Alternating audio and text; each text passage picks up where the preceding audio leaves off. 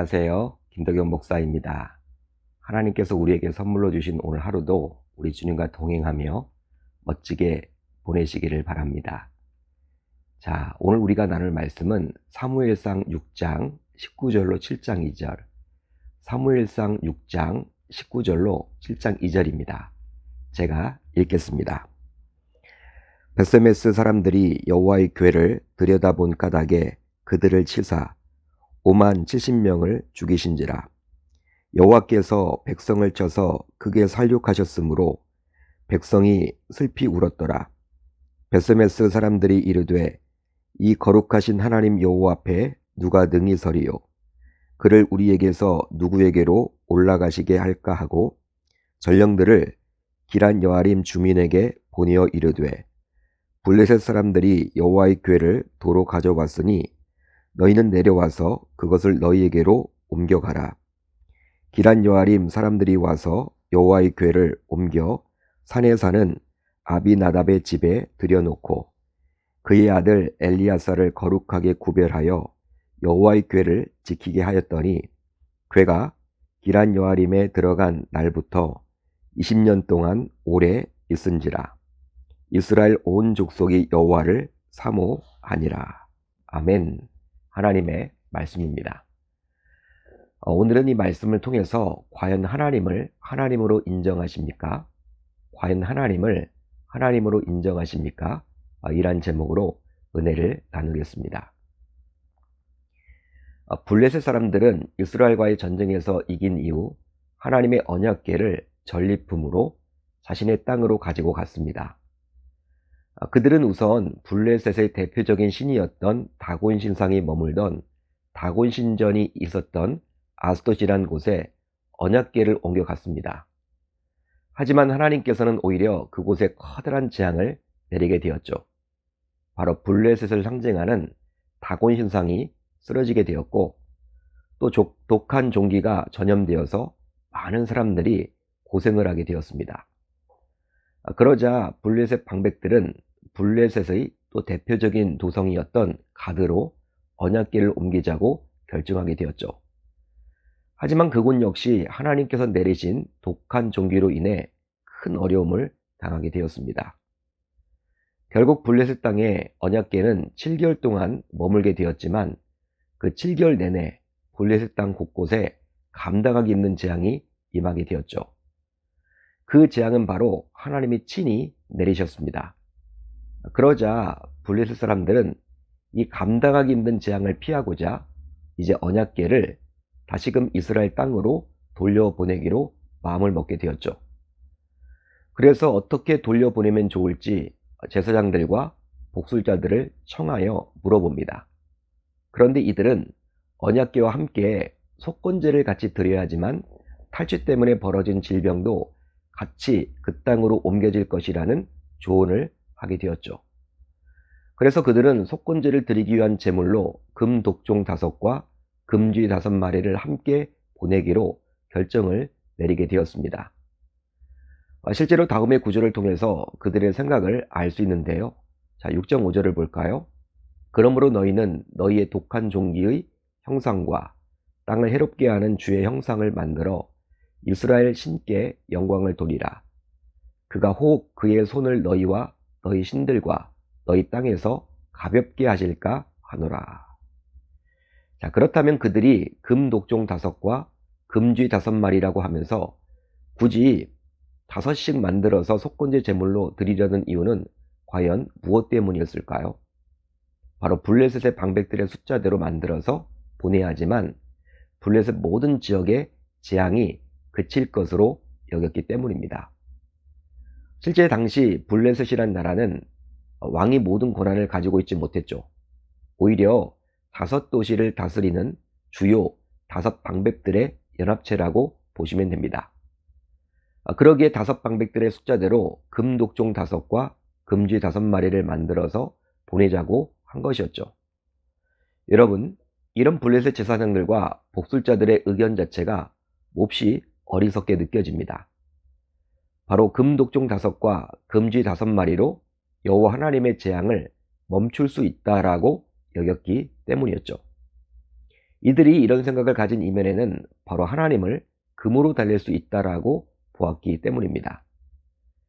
실제로 자신들이 섬기던 다곤신을 비롯하여 고대 근동 지역에서 섬기는 신들은 인간이 달랠 수 있는 존재였죠. 그러기에 그들은 자신들이 섬기는 신들 앞에 나아갈 때는 항상 넘치는 재물을 들고 나아갔습니다. 물론 그 재물로 신을 달래서 자신에게 복을 주기를 기대하는 마음으로 나아갔다라는 것 때문이었죠. 그런데요, 지금도 세상 종교는 자신들이 섬기는 신을 달랠 수 있다라고 여깁니다. 예를 들어 보면 우리나라의 제사 문화는 유교의 영향을 받았다고 볼 수 있는데요. 혹시 여러분들은 제사상을 본 적이 있으십니까? 제사를 드려본 적이 있으세요? 실제 제사에 사용되는 제수용품은 휴상품으로 매우 고가입니다. 즉 평소에는 먹지 못하는 것들로 제사상을 거창하게 차리죠. 예를 하나 들어보면 사과를 보더라도 알이 굵은 최상품을 사용합니다. 이렇게 하는 이면에는 바로 조상신을 달래기 위해서죠. 물론 우리도 하나님께 나아올 때, 즉 예배를 드릴 때 예물을 가지고 나옵니다. 즉 자신이 드릴 수 있는 형편 안에서 최고로 드리려고 하죠. 하지만 우리는 하나님을 달래서 우리의 소원을 이루기 위한 목적으로 예물을 하나님께 드리지는 않습니다. 바로 값없이 구원해 주신 하나님의 은혜에 감사해서 하나님께 자원해서 드리는 것이죠. 쉽게 말하면 세상 종교는 예물을 드릴 때 부담이 되는 것도 엄연한 사실입니다. 왜냐하면 자신이 섬기는 신을 달래야만 하기에 부담이 될 정도로 드려야만 하기 때문이죠. 하지만 우리 신자들은 믿음의 분량대로 자원해서 드리면 됩니다. 그러기에 부담이 되지 않죠. 여러분, 블레셋 땅에 내린 재앙은 하나님께서 내리신 징계이기에 이 재앙을 그치기 위해서라면 하나님을 달랠 수 있다는 생각보다는 오로지 하나님을 하나님으로 인정하며 그 하나님을 경외하는 가운데 자신의 잘못을 철저하게 회개하는 것이 더 중요하다고 볼 수 있습니다. 하지만 블레셋 사람들은 하나님이 과연 어떠한 분인지 정확하게 몰랐기에 이스라엘 백성들을 통해서 막연히 들었던 속건 제사를 드리려고만 했던 것이죠. 그렇게 함으로 하나님을 달래려고 했습니다. 결국 이런 우여곡절을 거쳐서 하나님의 언약궤는 수레에 실려서 이스라엘 땅으로 돌아오게 되었는데요. 복술자들은 하나님의 궤를 실은 새 수레가 벳세메스로 똑바로 가면 이 재앙이 하나님께로부터 온 것이지만 그렇지 않으면 우연히 일어난 재앙이라고 이야기를 했습니다. 그런데 아직 젖이 나는 암소 2마리를 송아지와 따로 떼어서 수레를 끌게 했으니 상식적으로 보게 되면 암소는 당연히 벳세메스로 가지 않고 자신의 모성에 이끌려서 아직 어린 송아지가 있는 집으로 가겠죠. 따라서 복술자들은 일부러 그리 계획을 한 것입니다. 바로 그렇게 함으로 이 재앙이 하나님이 아니라 우연으로 일어난 일로 여기려고 했던 것이죠.